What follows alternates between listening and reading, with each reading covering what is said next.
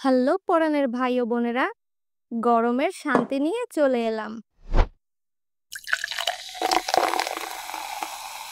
এই গরমে মন এবং শরীর ঠান্ডা করা কোনো রেসিপি যদি খুঁজে থাকেন তাহলে আজকের রেসিপিটি আপনাদের জন্য।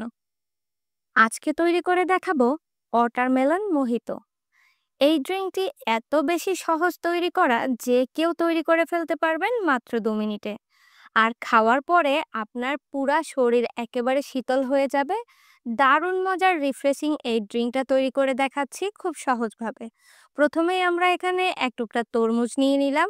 এখান থেকে একটা ফালি কেটে নিচ্ছি আমি। ছোট ছোট টুকরা করে এই তরমুজটাকে আমরা কেটে নিব। আর এই তরমুজটা থেকে আমরা রস বের করে নিব। আপনারা যে পরিমাণ তৈরি করতে চান সেই পরিমাণ তরমুজ নেবেন। আমি এখানে একটি গ্লাস তৈরি করে নিচ্ছি, তাই এতটুকু পরিমাণ নিয়েছি। তরমুজের সিজন শেষ হওয়ার আগে এই রেসিপিটি কিন্তু ট্রাই করতে পারেন। এবার এই তরমুজ থেকে রস বের করে নিচ্ছি। হাতের কাছে যা পেয়েছি তা দিয়ে থেতো করে রস করে নিচ্ছি, চাইলে কিন্তু ব্লেন্ডারেও করতে পারেন। তরমুজের রস বের করা আমার কাছে মনে হয় সব থেকে সহজ ব্যাপার। যে কোনো ওয়েতে আপনারা এখান থেকে তরমুজের রসটা বের করে নেবেন, হাফ গ্লাস পরিমাণ। এরপর পুদিনা পাতা নিয়ে নিচ্ছি কয়েকটা।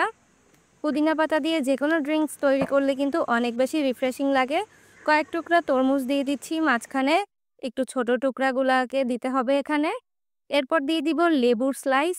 অবশ্যই এর মধ্যে লেবুটাকে ব্যবহার করতে হবে। পাতলা পাতলা স্লাইস করে আমি এখানে লেবুগুলোকে সাজিয়ে দিচ্ছি, আর দেখতে পাচ্ছেন কিভাবে দিচ্ছি।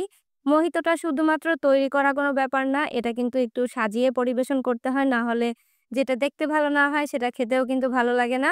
এরপর লবণ দিয়ে দিলাম 1/4 চা চামচ, চিনি দিয়ে দিচ্ছি 2 চা চামচ। চিনির পাউডার যদি ঘরে থাকে তাহলে সেটাও ইউজ করতে পারেন, অথবা আমার মতো এভাবে ডিরেক্ট চিনিটাও ব্যবহার করতে পারেন। এরপর আবার এই বেলনের সাহায্যে এই লেবুর রসটাকে একটু চিপে বের করে নিব। আর মোহিতো তৈরি করার সময় অবশ্যই একটু লম্বাটে টাইপের গ্লাস নেবেন, তাহলে এটা দেখতেও সুন্দর হয়, একেবারে রেস্টুরেন্টের লুক চলে আসে। তরমুজের রসটাকে দিয়ে দিলাম, আর এরপর এর মধ্যে যে কোনো ধরনের সোডা ওয়াটার ব্যবহার করতে পারেন।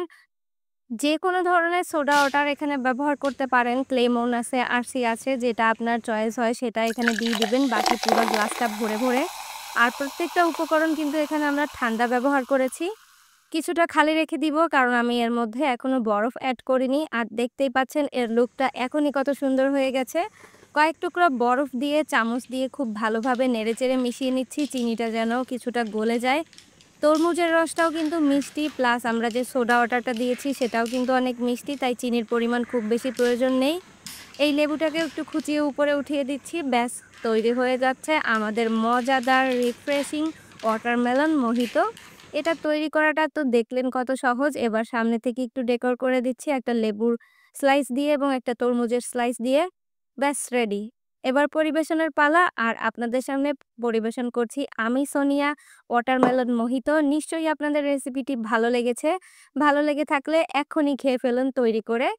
আমি একটু ট্রাই করে দেখছি। ইয়াম্মি! অনেক বেশি টেস্টি ছিল, আর পুরা শরীরটা ঠান্ডা হয়ে যাবে গরমে যদি এরকম মোহিতো তৈরি করে খান। আমার রেসিপি ভালো লেগে থাকলে অবশ্যই আমার চ্যানেলটিকে সাবস্ক্রাইব করে আমার ফেসবুক পেজ ফলো করে রাখতে পারেন। দেখা হবে আরো মজার মজার রেসিপি নিয়ে নেক্সট এপিসোডে। ভালো থাকবেন ততক্ষণ সকলে। আসসালামু আলাইকুম।